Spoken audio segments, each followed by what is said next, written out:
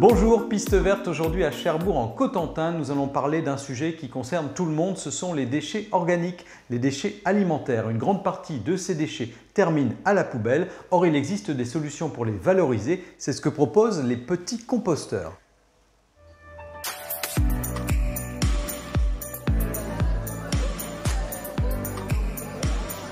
Bonjour Clémence.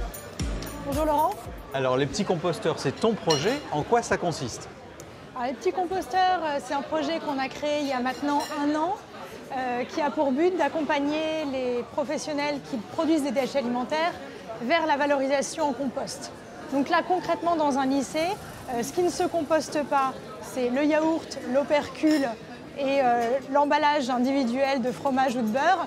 Tout le reste se composte. Et c'est les usagers du restaurant, donc les professeurs et les lycéens, qui eux-mêmes effectuent les gestes de tri. Alors, la serviette, ça va se mettre dans le broyeur, ça se composte. Ah, ok. Comme les déchets alimentaires. Et en l'occurrence, dans ce lycée, tout ce qui est compostable passe à travers un broyeur, ce qui permet de réduire le volume des déchets qui sont triés.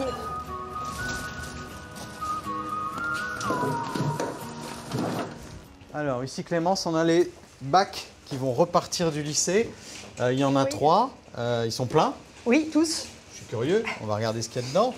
On a essentiellement des épluchures qui correspondent des oignons, par exemple. aux Voilà. déchets de la légumerie. Il y a dû avoir des tomates aussi. C'est des déchets qui sont issus de la préparation des repas. Et puis on a aussi des déchets qui sont broyés. Les lycées, c'est plutôt des gros volumes en général parmi tes clients. C'est des gros volumes parce qu'il y a beaucoup de repas. Enfin, on est à plus de 1000 repas servis chaque jour.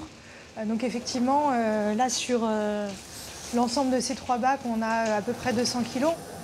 Parlons un petit peu conditionnement et hygiène. Parce que des déchets alimentaires, ça se décompose, ça peut sentir mauvais. Donc qu'est-ce qu'on fait pour qu'il n'y ait pas de soucis en fait? Donc, ce sont des bacs qui ne servent qu'à ça, qu'à stocker et à transporter des biodéchets. Et ensuite, on a une fréquence de collecte 2 fois par semaine qui permet d'éviter que le déchet ne parte en putréfaction et qu'il soit toujours de belle qualité quand il arrive sur notre plateforme de compostage. Nous, on dispose d'un agrément sanitaire pour transporter ces biodéchets. Donc, ça veut dire qu'on les transporte dans des conditions spécifiques, dans des bacs spécifiques, selon des procédures spécifiques. Et le lavage des bacs fait partie de ces procédures. Dans chacun de nos points de collecte, on emmène les pleins, on les pèse et on les remplace par des vides propres et désinfectés.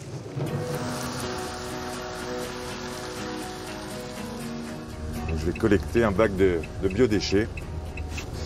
C'est un petit supermarché dans le centre-ville d'Équerdreville. Clémence, Super U, c'est un nouveau client pour les petits composteurs. Oui, c'est un client qui nous a rejoint depuis 2 semaines et c'est le premier client qui appartient aux épiceries, au commerce de détail. Des bananes, des fruits principalement. Le bac est plein. On récupère à la fois les fruits et légumes qui ne sont plus commercialisables, mais aussi les produits qui sont périmés.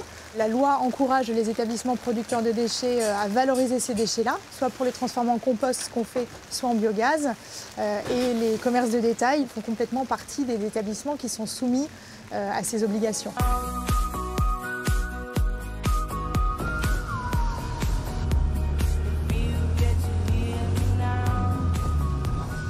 Quand les déchets sont apportés sur la plateforme de compostage, là on les broie, on les mélange à des copeaux de bois et ensuite on aère, on retourne fréquemment la matière pour que le processus de compostage s'opère bien, que les bonnes bactéries se développent et transforment la matière organique en compost et on surveille la montée en température pour s'assurer de la bonne qualité du compost fini.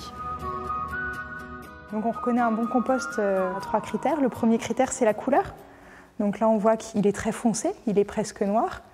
Et puis vous voyez qu'il est grumeleux, en fait, il s'effrite sous mes mains, donc il est ni trop humide, ni trop sec. C'est le bon taux d'humidité.